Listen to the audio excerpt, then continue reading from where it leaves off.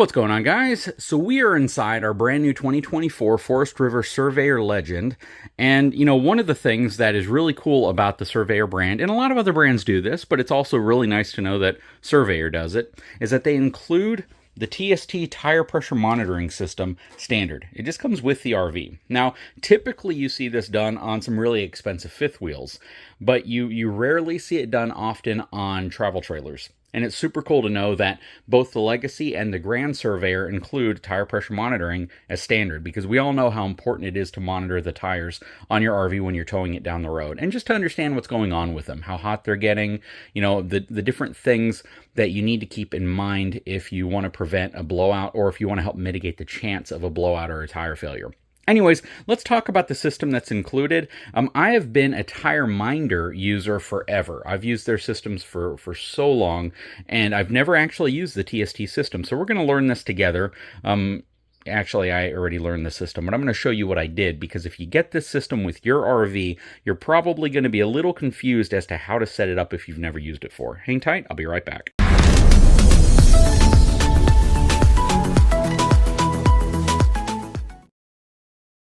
All right, so I've obviously already unboxed mine. It comes with a little 12-volt adapter to be able to charge or to keep the thing powered up whenever you're towing. It comes with a suction mount right here. It also comes with a little rubber dash mount. It's like a gripper mount that you can set your unit in like this, so you can keep it on your dash if you don't have a place on your windshield, or perhaps if your state, makes it illegal to put anything that's in front of you on your windshield. The packaging comes with a sticker, so if you want to throw a sticker on your RV, I think it already has one, but you have a second one here if you want it. Warranty registration card.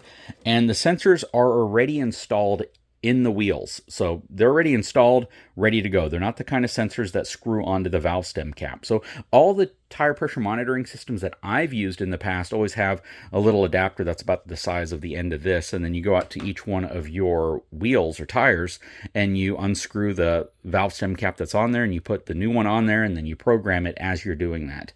It's not a bad system, but arguably you could say it's not going to be that accurate because of where it's positioned, especially from a temperature perspective, right? Because it's on the end of a valve stem cap, which is exposed to the outside versus the inside of the tire. So having sensors on the inside of your tire are probably going to be, preferential in terms of accuracy. That said, whenever you get the system, it is not programmed. Now, I do not know if dealerships tend to program these for you. So your dealership, as part of their PDI, before you pull the RV off of their lot, may actually program the system for you, but some of them may not. And if you get this whole thing boxed up in a drawer, you get home or wherever you're going and you find out they didn't program it for you, I'm going to show you a quick way to do it. There are a lot of really, really great videos on YouTube that demonstrate this, and they go through the whole thing. I'm not going to do that. I'm going to give you a quick overview. If you want to go through a really, really long, in-depth, presentation on how to do it, definitely check out some of those videos. But this one's going to give you kind of a high-level overview of how to do it, how to get it running, because I think most folks who get it have it on a double axle, typical fifth wheel travel trailer, and they just want to get the system up and running as quickly as possible. So I already have my system up and running, but I'm going to go back through it to show you what you need to do. So when you first power the system on, you have a little USB port right here. Mine was fully charged. So I had plugged mine in with the cord right here on the bottom. And when I plugged it in, it showed that it was charging, but it also showed right before it showed it was charging that it was fully charged. So that's a really good thing. I don't have to worry about having to charge this before I have to, try to get it programmed and set up. I believe it comes that way. If it doesn't come fully charged, it'll probably at least have a pretty good charge on it. The screen will be blank except for this little line that goes around the temperature and the PSI. All right, so whenever you power it on with the little switch here on the side that says off and on, that's what's going to appear. And what you're going to want to do is you're going to want to hold down this set button, just like I'm doing, for about 5 seconds. All right, and it's just going to beep. You'll see where it gives you the different menu option that you're in. Right now, I'm in the high pressure set mode, and I can simply press the up or down arrow to scroll through them.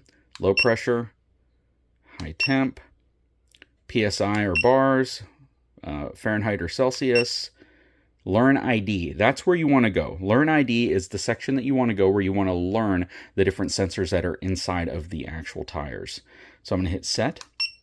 And now it's going to give me all of my possible tire and axle positions. Now, this is designed for multiple trailers. I think you can program up to 4 trailers with this thing.